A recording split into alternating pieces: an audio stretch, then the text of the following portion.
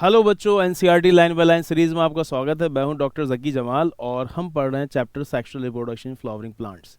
इससे पिछली वीडियोस के अंदर हम ये बात समझ चुके हैं कि फ्लावरिंग प्लांट्स के अंदर मेल गैमीट बनता है एंथर के अंदर। एंथर जब टू सेल स्टेज में होता है उसके बाद दो सेल होते हैं, वेस्टेटिव सेल और जनरेटिव सेल। जनरेटिव सेल में होती है माइटोसिस और दो मेल गैमीट बन जाते हैं। और हम ये भी सुन चुके हैं फ्लावरिंग प्लांट्स के अंदर फीमेल गैमीट बनते हैं एम्ब्रियो सैक के अंदर। ओव्यूल के अंदर बनता है एम्ब्रियो सैक और एम्ब्रियो सैक के अंदर आपको फीमेल गैमीट सेंट्रल सेल और एक्सेल नजर आते हैं। अब मसला ये है कि मेल गैमीट भी नॉन मोटाइल है और फीमेल गैमेट भी नॉन मोटाइल है। जब ये दोनों करीब ही नहीं आ पाएंगे तो फिर फर्टिलाइजेशन कैसे होगा? उसके लिए अल्लाह ताला ने निज़ाम ये बनाया कि मेल गैमीट को फीमेल गैमीट तक पहुंचाया जाता है पॉलिनेशन के जरिए। और आज की क्लास है हमारी पॉलिनेशन पर कि पॉलिनेशन किसे कहते हैं। 10th क्लास से आप ये बात सुन रहे हैं कि the transfer of pollen grain from anther to stigma. Anther से स्टिग्मा पर पॉलन ग्रेन का ट्रांसफर होना ही पॉलिनेशन कहलाता है। पॉलन ग्रेन्स आपने जिम्नोस्पर्म में भी सुना है, 11th क्लास में आपको प्लांट किंगडम में सुनाया गया होगा। इसलिए सवाल पूछा जा चुका है कि पॉलिनेशन अकर्स इन, आपको आंसर लगाना होता है बोथ जिम्नोस्पर्म एंड एंजियोस्पर्म। सवाल ये भी पूछा जा चुका है पॉलिनेशन अकर्स व्हेन, डेफिनेशन से ही आपको आंसर देना when pollen grain lands on the stigma. याद रहेगी इतनी बात। अब अगर पॉलिनेशन एक ही फ्लावर के अंदर हो जाता है कि एंथर से निकला पॉलन ग्रेन और उसी फ्लावर के स्टिग्मा पर आ गया, तो ये कहलाता है ऑटोगैमी और इसको सेल्फ पॉलिनेशन भी बोला जाता है। अगर एक ही प्लांट के अंदर एक से ज़्यादा फ्लावर है और एक फ्लावर से निकला पॉलन ग्रेन और उसी प्लांट के दूसरे फ्लावर पर चला गया, ये कहलाएगा जीटोगैमी। और अगर एक प्लांट से निकलकर पॉलन ग्रेन किसी दूसरे प्लांट पर जाता है तो ये कहलाता है जेनोगैमी या क्रॉस पॉलिनेशन। तो पॉलन ग्रेन कहाँ से आया है, उसी फ्लावर का है या उसी प्लांट के दूसरे फ्लावर का या किसी दूसरे प्लांट का है, इस बेसिस पर पॉलिनेशन को एनसीईआरटी में 3 कैटेगरी में डिवाइड किया गया है कि पॉलिनेशन 3 टाइप का होता है, ऑटोगैमी, जीटनोगैमी और जेनोगैमी। ठीक है ना। एनसीईआरटी में शुरुआत में तारीफ में बताया कि पॉलिनेशन के लिए प्लांट्स के अंदर शानदार एडेप्टेशंस देखे जाते हैं और वो कई तरीके के एजेंट्स का इस्तेमाल करता है। और यहाँ इनका इशारा था बायोटिक एजेंट्स और एबायोटिक एजेंट्स। पॉलिनेशन के लिए जो एबायोटिक एजेंट्स है वो विंड और वाटर है। और बायोटिक एजेंट्स के अंदर हम बात करते हैं काफ़ी सारे इंसेक्ट्स की, एनिमल्स की, जैसे कि बीटल्स हैं, बर्ड्स हैं, बर्ड्स में छोटी छोटी बर्ड हैं, सनबर्ड, हमिंग बर्ड। इसके अलावा बीज हैं, बैट्स हैं, इसके अलावा फ्लाइज हैं, आंट है, वास्प है, मॉथ है, कब बटरफ्लाई है, काफ़ी सारे। और थोड़े से बड़े भी हैं जैसे कि आर्बोरियल रोडेंट्स हैं। इसके अलावा लेमूर है, primates, garden lizard, gecko lizard, snakes हैं। तो काफ़ी सारे एनिमल्स के जरिए प्लांट्स के अंदर पॉलिनेशन होता है।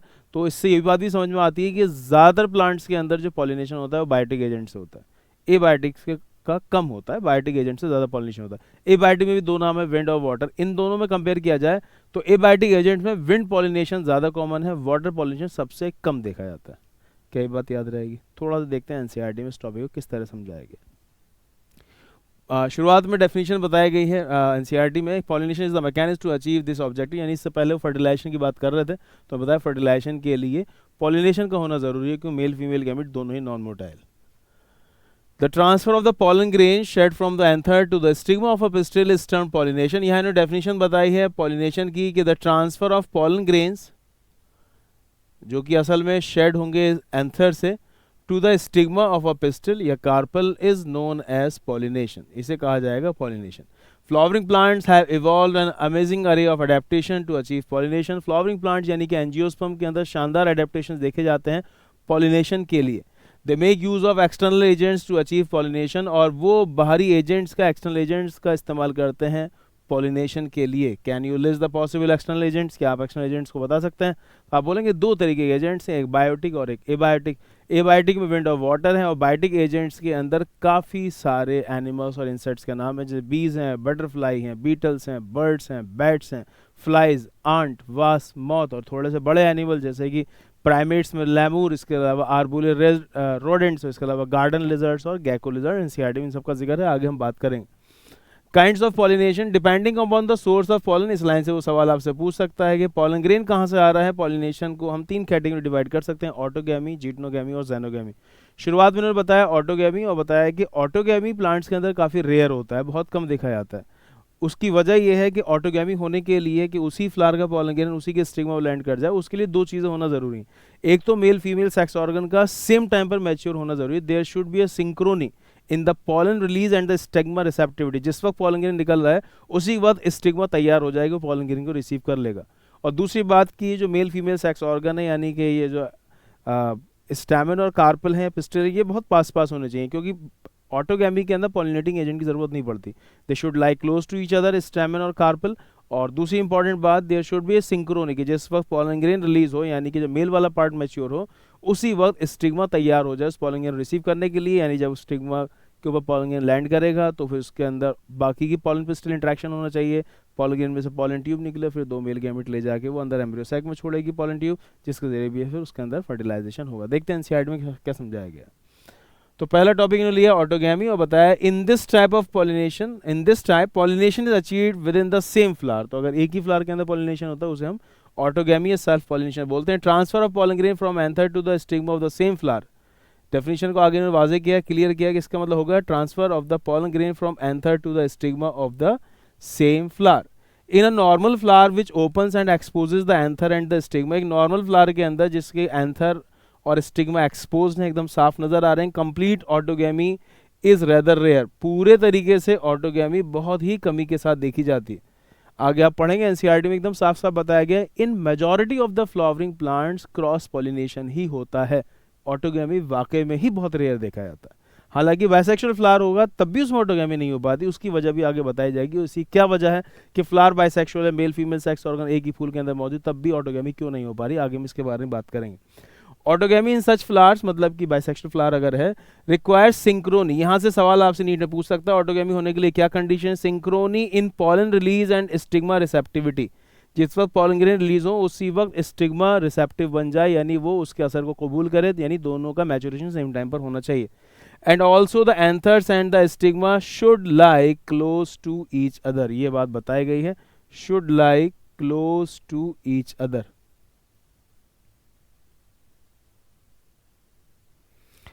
Should like close to each other, दोनों एक दूसरे करीब होने चाहिए, so that the self pollination can occur, जिसकी वजह से आसानी से उनमें सेल्फ पॉलिनेशन हो जाए।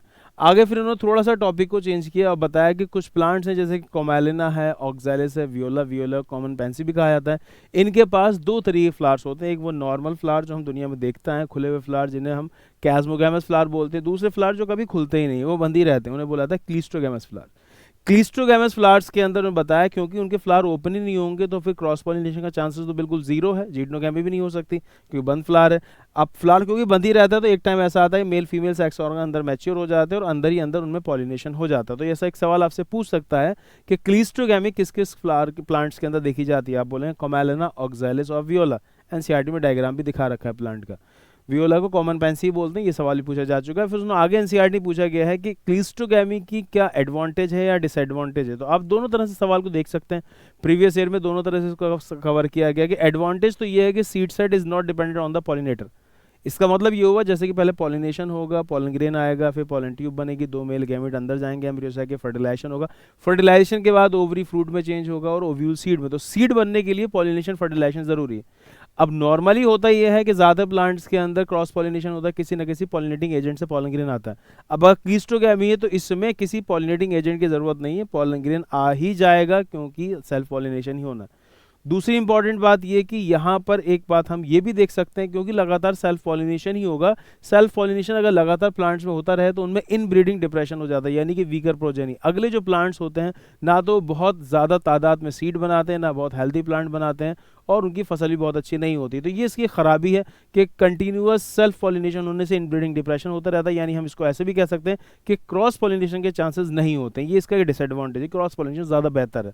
बिल्कुल ऐसे ही जैसे कि बोला जाता है सेक्सुअल रिप्रोडक्शन ज़्यादा बेहतर है सेक्सुअल रिप्रोडक्शन से, इसी तरीके से क्रॉस पॉलिनेशन ज़्यादा बेहतर है क्योंकि genetically different type of gamete आएंगे तो उसमें एवोल्यूशन और सर्वाइवल के चांसेस बढ़ जाते हैं। समझ में आ रही है वाली बात? देखते हैं एक बार एनसीईआरटी में क्या बताया गया।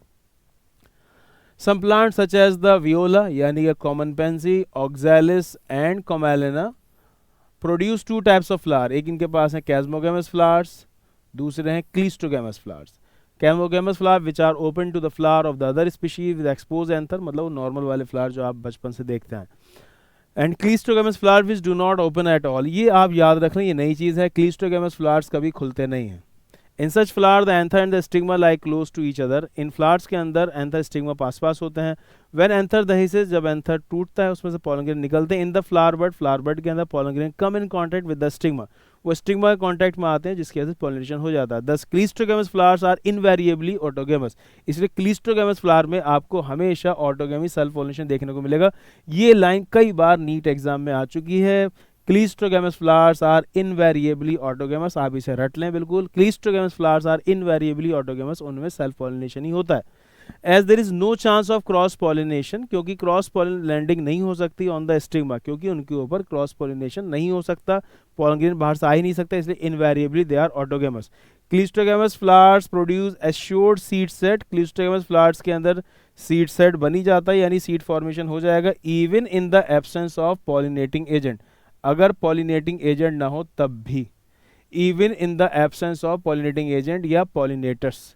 ठीक है, ये भी सवाल पूछा जा चुका है कि इसका एक एडवांटेज ये है कि seed set is assured even in the absence of pollinating agent. Do you think that cleistogamy is advantages और disadvantages to the plant? Why? तो एक तो तारीफ ये भी है कि seed set is not dependent on the pollinators. अब अगर वो डायरेक्ट आपसे एडवांटेज डिसएडवांटेज की बात कर रहा है, तो आप प्रायोरिटी पे रखने वाली बात कह सकते हैं कि क्लीस्ट्रोगैम एक तरीके का डिसएडवांटेज है, क्योंकि ऐसे प्लांट्स के अंदर फिर क्रॉस पॉलिनेशन नहीं हो पाएगा क्लीस्ट्रोगैमस फ्लावर्स की वजह से। अभी 1-2 साल पहले नीट एग्जाम में क्वेश्चन पूछा भी गया था कि डिसएडवांटेज क्या है क्लीस्ट्रोगैम, स्टेटमेंट को ट्रू फॉल्स बताना था, उन्होंने स्टेटमेंट लिखा था कि डिसएडवांटेज ये है क्लीस्ट्रोगैमी की कि इसके अंदर क्रॉस पॉलिनेशन नहीं हो सकता। दूसरा इनवेरिएबली ऑटोगैमस वाली लाइन लिखी थी, इसलिए दोनों लाइनों को आप याद रखेंगे। जीटनोगैमी क्या होता है? जैसे अभी थोड़ी देर पहले हमारी बात हो रही थी कि अगर एक ही प्लांट में एक फ्लावर से दूसरे फ्लावर पर पॉलन ग्रेन आता है तो इसे बोला था जीटनोगैमी। अब एक ही प्लांट में एक फ्लावर से दूसरे फ्लावर पर पॉलन ग्रेन को आने के लिए कम से कम एयर की जरूरत पड़ेगी, हो सकता है कोई बायोटिक एजेंट हो, तो यहाँ पे पॉलिनेटिंग एजेंट की जरूरत पड़ेगी। अगर पॉलिनेटिंग एजेंट की जरूरत पड़ती है तो यहाँ पर हम कह सकते हैं कि एक तरीके से क्रॉस पॉलिनेशन है ना, लेकिन क्योंकि एक ही प्लांट के फ्लावर तो सारे सेम ही होंगे, सबके अंदर जीन सेम ही होंगे, तो उस हिसाब से सेल्फ पॉलिनेशन होंगे। सेल्फ पॉलिनेशन जब एक ही फ्लावर में होता है तो वहाँ पर जीन सेम होते हैं, तो हम ये कह सकते हैं कि जेनेटिकली ये सेल्फ पॉलिनेशन है क्योंकि दोनों फ्लावर के जीन्स बिल्कुल सेम है, लेकिन फंक्शनली ये क्रॉस पॉलिनेशन है क्योंकि यहाँ पर पॉलिनेटिंग एजेंट की जरूरत पड़ रही है। इसी लाइन को बार बार कॉम्पिटिशन में पूछा जाता है। Transfer of the pollen grain from anther to the stigma of another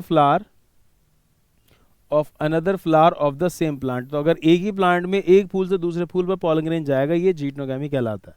all the geitonogamy is functionally cross pollination, सबसे इस पर सवाल पूछा गया, ये फंक्शनली क्रॉस पॉलिनेशन है involving a pollinating agent. Genetically it is similar to autogamy, और genetically ये ऑटोगैमी है। तो ये सवाल पूछा जाता है कि जीटनोगैमी इज, आपको बोलना होता है कि functionally it is cross pollination, functionally it is cross pollination and genetically it is self pollination या autogamy since the pollen grain came from the same plant। सबसे ज़्यादा डिटेल में और सबसे अच्छे से इन्होंने पढ़ाया जेनोगैमी को, यानी कि क्रॉस पॉलिनेशन को, कि अगर एक प्लांट से पॉलन ग्रेन उड़कर किसी दूसरे प्लांट पर जाता है तो ये कहलाता है जेनोगैमी। यहाँ पर खैर एक बात समझने की ये भी है कि फर्टिलाइजेशन होना है, फर्टिलाइजेशन के लिए गैमीट सेम स्पीशी के होने चाहिए, तो इसलिए इसका मतलब ये हुआ कि प्लांट तो दूसरा होगा लेकिन होगा सेम स्पीशी का। ऐसा नहीं होता कि गेहूं का पॉलन ग्रेन उड़कर चावल पर चला जाएगा तब भी पॉलिनेशन हो गया, फर्टिलाइजेशन हो जाएगा। गेहूं का पॉलन ग्रेन जाएगा गेहूं पर ही, तो प्लांट तो चेंज होगा लेकिन स्पीशी सेम रहेगी। किसी दूसरी स्पीशी का पॉलन ग्रेन आकर लैंड करेगा तो फिर आगे उससे कोई रिजल्ट नहीं मिलता है। इसके बारे में आगे बात करेंगे, पॉलन पिस्टल इंटरेक्शन टॉपिक में पढ़ा गया। जेनोगैमी की सबसे ज़्यादा तारीफ है, उसकी वजह यह है कि यहाँ पर आपको genetically different type of pollen grain land करता हुआ दिखेगा स्टिग्मा पर, यानी कि आप ये कह सकते हैं कि एवोल्यूशन के चांसेस और सर्वाइवल के चांसेस बहुत ज़्यादा होते हैं। ज़्यादा बेहतर तरीके के गैमीट्स आपको नजर आएंगे, ज़्यादा बेहतर तरीके प्रोजेनी नजर आएगी आपको क्रॉस पॉलिनेशन में। इस लाइन की बहुत तारीफ हुई है एनसीईआरटी में कि the transfer of pollen grain from anther to stigma of a different plant, किसी दूसरे प्लांट से आता है तो ये कहलाता है xenogamy. This is the only type of pollination which during pollination brings genetically different type of pollen grain to the stigma। इस लाइन को कंपटीशन में बहुत बार पूछा गया है कि जेनोगैमी का मेन एडवांटेज क्या है, तो it brings genetically different type of pollen grain to the stigma. Agents क्या होंगे पॉलिनेशन के, हम ऑलरेडी भी थोड़ी देर पहले बात किए थे, एक बार रीडिंग लगा लेते हैं। Plants use 2 abiotic, 2 abiotic agent हैं जैसे कि विंड और water, and 1 biotic animals agent to achieve pollination। majority of the plant use biotic agent for pollination। ये लाइन कंपटीशन में बहुत दफ़ा आ चुकी है, ट्रू फॉल्स में भी हो सकता है पूछ ले, आप इसे अच्छे से याद कर लें कि majority of the flowering plants use biotic agents for pollination। यहाँ ये देखिए इन्होंने क्लीस्ट्रोगैमस फ्लावर और कैस्मोगैमस फ्लावर दिखा रखे हैं। यहाँ पर ये ज़मीन का लेवल है, ज़मीन से नीचे इसके अंदर क्लीस्ट्रोगैमस फ्लावर है और ज़मीन के ऊपर इसके ऊपर कैस्मोगैमस फ्लावर है। अभी थोड़ी देर पहले हमारी बात हो रही थी इस बारे में। हाँ, बायोटिक एबायोटिक एजेंट हो गया। Only A small proportion of the plant use abiotic agent, बहुत थोड़े से ही प्लांट्स हैं, small proportion of the plant use abiotic agents. pollen grains coming in contact with the stigma is a chance factor in both wind and water pollination। क्योंकि pollen grain को हवा से उड़ के आना है या पानी में बहते हुए आना है, इसलिए बाई चांस ही ऐसा होता है कि पॉलिनेशन हो जाए। पॉलिनेशन के चांसेस बढ़े, इसके लिए इन प्लांट्स के अंदर थोड़ा अडेप्टेशन देखे जाते हैं, जिसके बारे में एनसीईआरटी में यहाँ पर बहुत खूबसूरती से बताया गया। थोड़ा आप ध्यान से एक एक लाइन को सुनेंगे। बात चली pollen grains come in contact with the stigma is a chance factor in both wind and water pollination। इस लाइन को पूछ सकता है आपसे ट्रू फॉल्स में कि pollen grains coming in contact with the stigma is a chance factor in both wind and water pollination। To compensate for this uncertainties and associated loss of pollen grain, the flower produce enormous amount of the pollen when compared to the number of ovule available for pollination। तो एक और बहुत शानदार आपको point यहाँ से assertion reason में या ट्रू फॉल्स में मिल सकता है। वो पहली लाइन यही लिखेगा, pollen grains जो कि कांटेक्ट में आते हैं स्टिग्मा के, वो चांस फैक्टर रहता है विंड और वाटर पॉलिनेशन में। इस अनसर्टेनिटी को ओवरकम करने के लिए कि चांसेस पॉलिनेशन के बढ़ें, एज विंड और वाटर पॉलिनेटेड प्लांट बहुत सारे पॉलन ग्रेन बनाते हैं। जितने ज़्यादा ओव्यूल नहीं होते फीमेल पार्ट के बाद, उससे बहुत ज़्यादा पॉलन ग्रेन बनाते हैं। To compensate for this uncertainties and associated loss of the pollen grain, the flowers produce enormous amount of the pollen when compared to the number of ovule available for pollination। ये line आप याद रखेंगे, ठीक है। थोड़ा सा यहाँ पर विंड पॉलिनेशन की तारीफ की, उसके बारे में डिटेल में कुछ बातें बताई हैं। विंड पॉलिनेशन वाले जो फ्लावर होते हैं वो विंड और वाटर वाले दोनों ही कलरलेस हैं, ऑर्डरलेस हैं और नेक्टरलेस हैं। विंड पॉलिनेशन के बारे में अभी फिलहाल यहाँ बात हो रही है कि फ्लावर छोटे छोटे होते हैं, इनकॉन्स्पिकुअस होते हैं, इसलिए अक्सर ये पैक्ड होते हैं इनटू इन्फ्लोरेसेंस, ताकि चांसेस पॉलिनेशन के बढ़ जाएं। पॉलन ग्रेन को क्योंकि हवा में उड़ के जाना है, इसलिए वो स्मॉल होगा, लाइट होगा, ड्राई होगा, अनस्टिकी होगा और नॉन स्टिकी होगा और अनवेटेबल होगा। पॉलन ग्रेन छोटा सा हल्का सा होगा जो कि कहीं चिपक ना जाए जाते में, क्योंकि हवा में उड़ के जा रहा, पता रास्ते में कहीं चिपक गया, किसी पोल से चिपक गया या फिर किसी की दीवार से चिपक गया तो पॉलिनेशन तो हो ही नहीं पाएगा। इसलिए पॉलन ग्रेन स्मॉल होते हैं, लाइट होते हैं, ड्राई होते हैं, नॉन स्टिकी होते हैं और अनवेटेबल होते हैं। यानी अगर वो उड़ते में पानी में गिर भी गया तो पानी अब्जॉर्ब करके भारी होकर गिरेगा नहीं नीचे, है ना।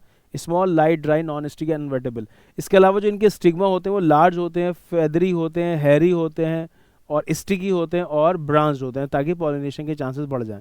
अक्सर ये देखा जाता है कि यहाँ पर जब विंड पॉलिनेशन के बारे में बात होती है कि इनकी ओवरी में अक्सर सिंगल ओव्यूल होता है। ग्रासेस के अंदर कॉमनली विंड पॉलिनेशन देखा जाता है। इस तरीके की यहाँ पर बातें होंगी, थोड़ा सा सुनते हैं ध्यान से एनसीईआरटी में क्या बात बताई गई। और यहाँ पर इन्होंने ये दिखा रखा है भुट्टे को, टेसल्स कहलाते हैं, कॉर्नकॉब, ये स्टिग्मा स्टाइल है, हवा में ऐसे उड़ते रहते हैं ताकि पॉलिनेशन के चांसेस बढ़ जाएं। अभी फिलहाल कुछ साल से नीट में लगातार इस पर भी सवाल आ रहा है कि the tassels of the corncob wave in the air to trap the pollen grain. इस तरीके की लाइन है, हम अभी पढ़कर यहाँ पर क्लियर करते हैं। Pollination by wind is more common among abiotic pollination. अभी हमारी बात हो रही थी एबायोटिक पॉलिनेशन कम होता है बायोटिक से। एबायोटिक में दो ऑप्शन है, विंड और वाटर। सबसे कम वाटर होता है, विंड थोड़ा इससे ज़्यादा होता है। इसलिए एनसीईआरटी की ये लाइन भी पूछी जा सकती है, pollination by wind is more common among abiotic pollination.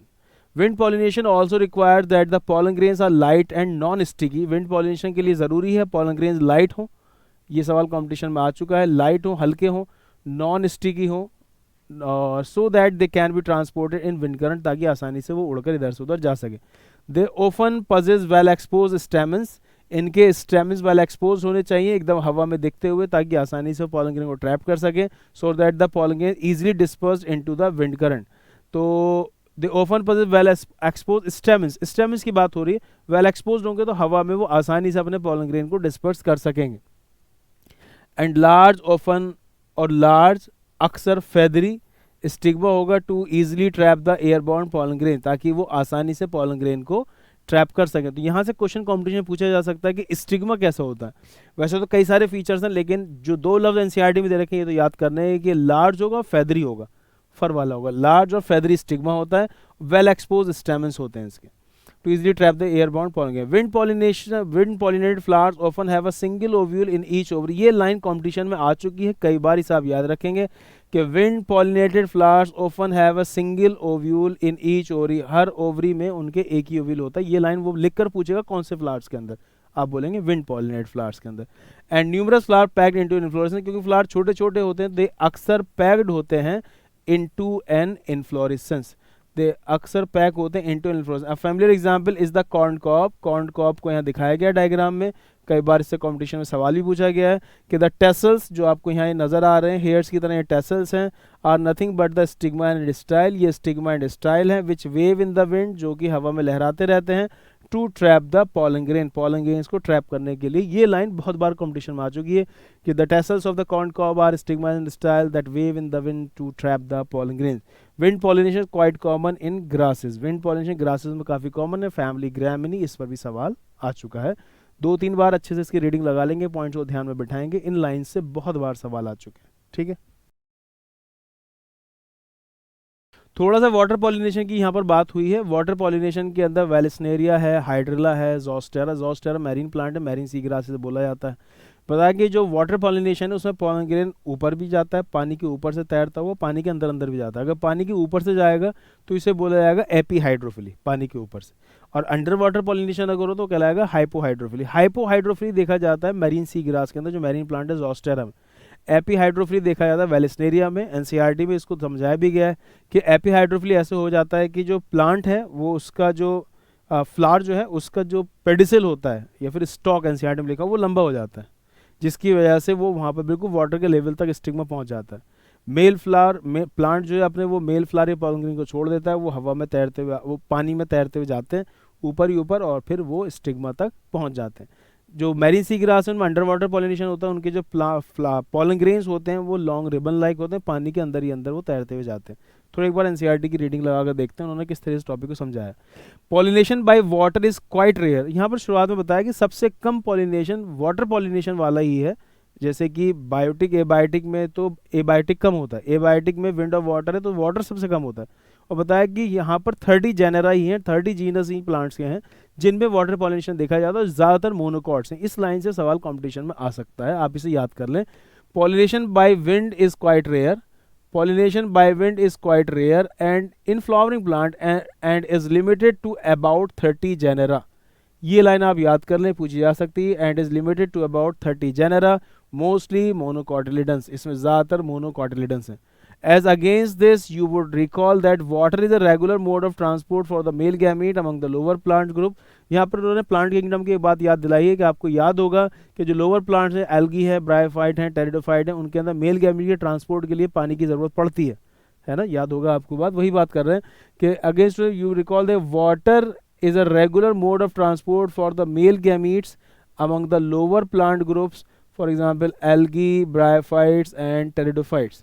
और यही वजह है कि आपको ब्रायोफाइट, टेरिडोफाइट हर जगह नहीं मिलते हैं। जहाँ पर पानी बहुत ज़्यादा अवेलेबल है, हर टाइम भरी रहती है ज़मीन पानी से, वहीं पर आपको ब्रायोफाइट, टेरिडोफाइट मिलेंगे जहाँ बारिशें ज़्यादा होती होंगी। It is believe particularly for some bryophytes and pteridophytes that their distribution is limited। Bryophytes और टेरिडोफाइट का जो डिस्ट्रीब्यूशन लिमिटेड है, कुछ ही जगह पर पाए जाते हैं। Distribution is limited because of the need for water, क्योंकि उनको पानी की ज़रूरत रहती है for the transport of male gamete, male gamete के ट्रांसपोर्ट के लिए, और जाहिर सी बात है फर्टिलाइजेशन के लिए। Some examples of water pollinated plants are vallisneria, hydrilla, ये फ्रेश वाटर प्लांट्स हैं, grow in the fresh water, and several marine sea grasses such as zostera. फिर आगे इन्होंने टॉपिक को थोड़ा चेंज किया, बताया कि ऐसा नहीं कि सारे पानी वाले प्लांट्स के अंदर पॉलिनेशन पानी से ही होता है। जैसे वाटर हायासिन्थ और वाटर लिली जो है वो पानी से निकल के ऊपर आ जाते हैं काफ़ी, तो उनके अंदर पॉलिनेशन इंसेक्ट या विंड के जरिए होता है। ये सवाल भी कॉम्पिटिशन बहुत बार पूछा जा चुका है। Not all aquatic plant use water for pollination। in majority of the aquatic plant such as water hyacinth and water lily, the flowers emerge above the level of water and are pollinated by insect or wind। बहुत शानदार सवाल है, बहुत बार पूछा जा चुका है। Water हायासिन्थ, water lily के अंदर पॉलिनेशन किससे होता है? जैसे कि नाम में वाटर आ रहा है तो बच्चे के दिमाग में आ सकता है कि वाटर पॉलिनेशन तो नहीं होता है। तो वाटर हायासिन्थ, वाटर लिली के अंदर आपको पॉलिनेशन लगाना है या तो इंसेक्ट से होगा या फिर विंड से होगा। As in most of the land plant, जैसे ज़्यादा लैंड प्लांट में भी इंसेक्ट विंड से होता है। फिर इन्होंने थोड़ा सा वेलिस्नेरिया को एक्सप्लेन किया। In vallisneria the female flower, vallisneria के अंदर जो फीमेल फ्लावर होता है, reach the surface of water, वो पानी की सरफेस पहुंच जाता है बाय द लॉन्ग स्टॉक, यानी इसकी पेडिसल, फूल की डंडी लंबी हो जाती है, और फ्लावर डायग्राम भी दिखा रखा है आगे वाले पेज पर एनसीईआरटी में, वो ऊपर वाटर की सरफेस तक लेवल तक पहुंच जाता है। And the male flowers of pollen grain, male flower या पॉलन ग्रेन को रिलीज कर दिया जाता है, छोड़ दिया जाता है, on to the surface of water and they are carried passively, और फिर वो बहते हुए वाटर करंट के जरिए वहाँ तक फीमेल फ्लावर के स्टिग्मा तक पहुँच जाते हैं। तो पॉलिनेशन पानी के ऊपर होता है, इसलिए इसे एपीहाइड्रोफिली बोला जाएगा वेलिस्टेरिया केस में। Some of them eventually reach the female flower and the stigma. In another group of water pollinated plants such as seagrass, इसमें underwater pollination होता है hypohydrophily. Female flower remains submerged in water. अब की बार female flower पानी के अंदर ही है and the pollen grains are released inside the water. और pollen grains को पानी के अंदर ही छोड़ा जाता है, यानी हाइपोहाइड्रोफिली होगा। Pollen grains in many such species are long ribbon like. Under water pollination वाले प्लांट्स में देखा जाता है कि उनके जो पॉलन ग्रेन्स होते हैं वो लॉन्ग रिबन लाइक होते हैं। ये सवाल भी कॉम्पिटिशन में पूछा जा सकता है, आप इसे याद रखेंगे। Long ribbon like pollen grains होते हैं very sea grass type plant जिनमें अंडर वाटर पॉलिनेशन होना है। And they are carried passively inside the water, और वो पानी के साथ बहते हुए पानी के अंदर ही चलते हैं। Some of them reach the stigma and achieve pollination. In most of the water pollinated species, pollen grains are protected from wetting by a mucilaginous covering. एक ये बहुत शानदार लाइन आपसे पूछी जा सकती है कि अगर pollen grain को पानी के अंदर ही रहना है तो जाहिर सी बात है पानी absorb करके वो ख़राब भी हो सकता है, इसलिए अल्लाह ताला ने उनको पानी से बचाने के लिए उनके चारों तरफ एक mucilaginous covering रखी। ये सवाल पूछा जा सकता है। In most of the water pollinated species, ज़्यादातर water pollinated species में देखा जाता है कि pollen grains are protected from wetting. pollen grains को वेट होने से बचाया जाता है by mucilaginous covering. Mucilaginous covering वाला पॉइंट भी आप याद रखेंगे। Both wind and water pollinated flowers are not very colourful and do not produce nectar. ये बात हम ऑलरेडी कर चुके हैं डिस्कस। ये बहुत खूबसूरत लाइन एनसीईआरटी भी दे रखी है जिससे सवाल आ चुके हैं कि both wind and water pollinated flower are not very colourful and do not produce nectar. ना तो बहुत खूबसूरत होते हैं और ना ही उनमें फूलों का रस होता है। डू नॉट प्रोड्यूस नेक्टर, ये बात पूछी जा चुकी है बहुत बार। Both wind and water pollinated flowers are not very colourful and do not produce nectar. What would be the reason for this? असल में जो इनके अंदर नेक्टर होता है और जो इनका कलर होता है वो बेसिकली इसीलिए होता है ताकि वो इंसेक्ट को अपनी तरफ अट्रैक्ट कर सकें। अट्रैक्टेंट्स हैं इनके अंदर, खुशबू भी होती है बहुत से फ्लावर्स के अंदर। अब अगर एबायोटिक एजेंट से पॉलिनेशन कराना है तो उनके लिए तो अट्रैक्शन का कोई मामला ही नहीं है, इसलिए क्योंकि जितने भी एबायोटिक एजेंट्स वाले पॉलिनेशन वाले प्लांट्स हैं जिनके अंदर पॉलिनेशन एबायोटिक एजेंट्स होना, उनको आप देखेंगे उनके अंदर खूबसूरती नहीं होती क्योंकि अट्रैक्ट करने का कोई मामला ही नहीं है एनिमल का। ठीक है, कि इसकी पेडिसल लंबी हो गई है, फीमेल फ्लावर जो है लंबी होने की वजह से अब वाटर लेवल तक पहुंच चुका है। मेल फ्लावर या पॉलन ग्रेन को छोड़ दिया जाता है, वो पानी में बहते हुए इधर फीमेल फ्लावर तक पहुंच जाएंगे। थोड़ा सा फिर टॉपिक चेंज हो, बताया majority of the flowering plant use a range of animal. हम ऑलरेडी स्टार्टिंग में इसके बारे में डिस्कस कर चुके हैं। For pollinating agent for example बीज हैं, बटरफ्लाइज हैं, फ्लाइज हैं, बीटल्स हैं, वास्प हैं, आंट हैं, मॉथ हैं, birds, sunbird, humming bird and bats are the common pollinating agents. किसमें? Majority of the flowering plants के अंदर यही है animals. Among the animals insects particularly bees are the dominant biotic pollinating agent. ये भी बहुत शानदार सवाल है, पूछा जा चुका है कि सबसे ज़्यादा पॉलिनेशन बायोटिक एजेंट से होता है। बायोटिक एजेंट में भी पॉलिनेशन सबसे ज़्यादा इंसेक्ट से होता है और इंसेक्ट में भी बीज से। इस लाइन पर भी कंपटीशन में सवाल आ चुका है। सबसे ज़्यादा पॉलिनेशन बायोटिक एजेंट्स हैं, बायोटिक एजेंट सबसे ज़्यादा पॉलिनेशन इंसेक्ट्स में और इंसेक्ट में सबसे ज़्यादा बीज से। Even larger animals such as some primates हैं, जैसे for example lemur, arboreal rodents जैसे कि ट्री ड्वेलिंग जो पेड़ों पर कूदते फांदते रहते हैं, और इवन रेप्टाइल्स जैसे कि गार्डन लिजर्ड और गेको लिजर्ड्स, इनसे भी कुछ प्लांट्स के अंदर पॉलिनेशन रिपोर्ट किया गया है। एनसीईआरटी में नाम नहीं दे रखे हैं प्लांट के, आपको भी गूगल करके उन प्लांट्स के नाम याद नहीं करने, बस याद कर लेना कि इन एनिमल्स से भी, बड़े बड़े एनिमल्स से पॉलिनेशन हो जाता है। Often flowers of animal pollinated plants are specifically adapted for a particular species of animal। ये भी बड़ी खूबसूरत लाइन है, इससे भी कॉम्पिटिशन सवाल पूछा जा सकता है कि ये देखा जाता है कि जिन प्लांट्स के अंदर पॉलिनेशन किसी एनिमल से होता है, कोई एक पर्टिकुलर स्पीशी एनिमल की ही उन प्लांट के अंदर आती है पॉलिनेशन करने के लिए। मतलब प्लांट्स के अंदर एनिमल्स के द्वारा पॉलिनेशन भी बहुत स्पेसिफिक है, एक स्पेसिफिक इंसेक्ट एक स्पेसिफिक प्लांट पर ही पॉलिनेशन आके करता है। Often flowers of animal pollinated plants are specifically adapted for a particular species of animal। बहुत खूबसूरत लाइन, इससे भी कंपटीशन सवाल बन सकता है, आप इसे याद रखेंगे। ठीक है, majority of the insect pollinated flowers are large colourful. यहाँ पर इन्होंने इंसेक्ट पॉलिनेटेड फ्लावर्स की तारीफ की, लार्ज होंगे, कलरफुल होंगे, फ्रेगरेंट होंगे, रिच इन नेक्टर होंगे। Majority of the insect pollinated flowers are large, colorful, fragrant and rich in nectar। When the flowers are small, और अगर इंसेक्ट पॉलिनेटेड फ्लावर्स छोटे हैं तो वो आपस में जुड़कर एक इन्फ्लोरेसेंस बना लेते हैं, मतलब वो इनकॉन्स्पिकुअस वाली कंडीशन में नहीं रहेंगे। When the flowers are small, a number of the flowers are clustered into an inflorescence to make them conspicuous, ताकि वो क्लियरली विजिबल हो। कॉन्स्पिकुअस मतलब क्लियरली विजिबल हो, तो अगर छोटे छोटे होंगे तो आपस में जुड़कर इन्फ्लोरेसेंस बना लेंगे ताकि वो क्लियरली विजिबल हो एनिमल्स को। Animals are attracted to flowers by colour and और फ्रेग्रेंस, तो ये कहलाएंगे एनिमल्स के लिए अट्रैक्टेंट्स, कि इनकी वजह से आकर्षित होते हैं एनिमल्स। इस पर भी सवाल आ चुका है कॉम्पिटिशन में। Animals are attracted to the flowers by colour and और फ्रेग्रेंस, उनके कलर और उनकी खुशबू की वजह से वो अट्रैक्ट होते हैं, इन्हें बोला जाता है अट्रैक्टेंट। तो अब जब प्लांट के अंदर इंसेक्ट पॉलिनेशन करेगा आके तो उसका तो फायदा हो जाएगा, उसकी नस्ल आगे बढ़ेंगी, फर्टिलाइजेशन होगा, फिर सीड बनेगा, फ्रूट बनेगा। प्लांट उसके बदले में इंसेक्ट को इनाम देते हैं। इनाम किस शक्ल में देते हैं? वो या तो उनको नेक्टर देंगे, पॉलन ग्रेन देंगे, या फिर जूसी न्यूट्रिशियस फ्रूट देंगे। इस पर भी एनसीईआरटी ने बात की है। The flowers are pollinated by flies and beetle, एक उन्होंने बात को थोड़ा चेंज किया है कि वो प्लांट जिनके अंदर पॉलिनेशन फ्लाइज और बीटल मतलब गंदे गंदे इंसेक्ट्स के जरिए होता है, तो वो भी अपने अंदर से बदबू निकालते हैं, क्योंकि गंदी चीज़ों पर ये गंदे गंदे इंसेक्ट जल्दी अट्रैक्ट होते हैं। The flowers pollinated by flies and beetles, competition में एक जगह इसकी जगह बैट कर दिया गया था, वो रॉन्ग स्टेटमेंट था, तो फ्लाइज के साथ बीटल्स लिखा हुआ है। सिक्रीटेड फाउल ओडर, वो गंदी सी स्मेल निकालते हैं टू अट्रैक्ट दीज एनिमल्स, इन एनिमल्स को अट्रैक्ट करने के लिए। तो आप याद रखेंगे वो प्लांट जिनके अंदर पॉलिनेशन फ्लाइज और बीटल्स से होता है, वो अपने अंदर से गंदी सी स्मेल निकालते हैं ताकि ये जल्दी से उनकी तरफ अट्रैक्ट हो जाएं। फ्लाइज, बीटल्स, फाउल ओडर वाली बात याद रखेंगे।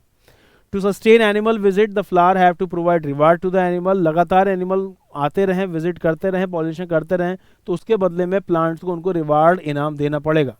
नेक्टर एंड पॉलन, नेक्टर फूलों का रस और pollen grains are usual floral rewards, ज़्यादातर प्लांट जो फ्लोरल रिवार्ड देते हैं वो नेक्टर और पॉलन ग्रेन्स की शक्ल में देते हैं पॉलिनेटिंग इंसेक्ट्स को। और जो सीड डिस्पर्सल करते हैं उनको जूसी न्यूट्रिशियस फ्रूट, जैसे कि गिलहरी है, बंदर है, वो थोड़ा फल खाते हैं, थोड़ा फेंक देते हैं, तो उससे उनका सीड डिस्पर्सल हो जाता है। तो सीड डिस्पर्सल जो करते हैं उनको मिलता है उसके बदले में फ्रूट। ऐसा मतलब इकोलॉजिस्ट को इस नज़र से देखते हैं कि जो उनका सीड डिस्पर्सल कराता है, जबकि वो तो आया था फ्रूट के चक्कर में, लेकिन इकोलॉजिस्ट को इस नज़र से देखते हैं जो उनका सीड डिस्पर्सल कराएगा, थोड़ा फल खाएगा, थोड़ा फेंक देगा, उसको मिलेगा जूसी न्यूट्रिशियस फ्रूट, और जो उनका पॉलिनेशन कराएगा उसको मिलेगा नेक्टर और pollen grain. For harvesting the reward from the flower, the animal visitor comes in contact with the anthers and the stigma. अपना रिवार्ड इनाम लेने के लिए वो लगातार एंथर स्टिग्मा के पास आते रहते हैं।